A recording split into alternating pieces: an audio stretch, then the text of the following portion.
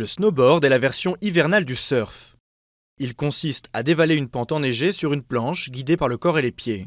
Ce jeune sport est de plus en plus populaire et 2 épreuves olympiques ont été ajoutées. 5 épreuves sont désormais au programme des Jeux olympiques. Le slalom géant parallèle ainsi que la nouvelle épreuve de slalom parallèle sont courus sur 2 pistes jumelées. Le snowboard cross est pratiqué sur un parcours parsemé de bosses. La nouvelle discipline très acrobatique du slopestyle est courue sur une piste droite qui comporte des bosses de neige mais aussi des rails et des rampes. La discipline du halfpipe se déroule dans un demi-tube de neige dure. Pour le slalom géant parallèle, 2 concurrents s'élancent simultanément sur les 2 pistes. Les portes sont composées de 2 piquets de tailles différentes, reliés par une banderole triangulaire. Elles se franchissent en appui sur les orteils, torse penché en direction du fanion, ou en appui sur les talons, dos à la porte. Pour la nouvelle épreuve du slalom parallèle, les portes sont plus nombreuses et plus rapprochées.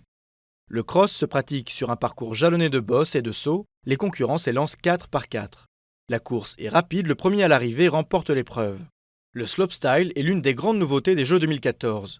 Ce jeune sport très acrobatique se pratique sur une piste avec des bosses, des rails et des rampes.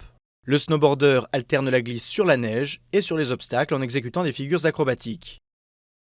Pour le halfpipe, les concurrents effectuent en musique plusieurs figures notées par des juges. Ils notent les programmes des concurrents sur 10 en fonction de la difficulté des figures, de la qualité d'exécution et de leur amplitude. Certaines figures sont spectaculaires. Pendant le grab, le concurrent saisit la planche avec une main au cours d'un saut. Le McTwist est une rotation arrière de 540 degrés avec un saut périlleux avant. L'équipement varie légèrement pour chaque épreuve. Le slalom se pratique sur une planche relativement étroite et rigide pour permettre les virages serrés. Les chaussures sont rigides, comme en ski alpin.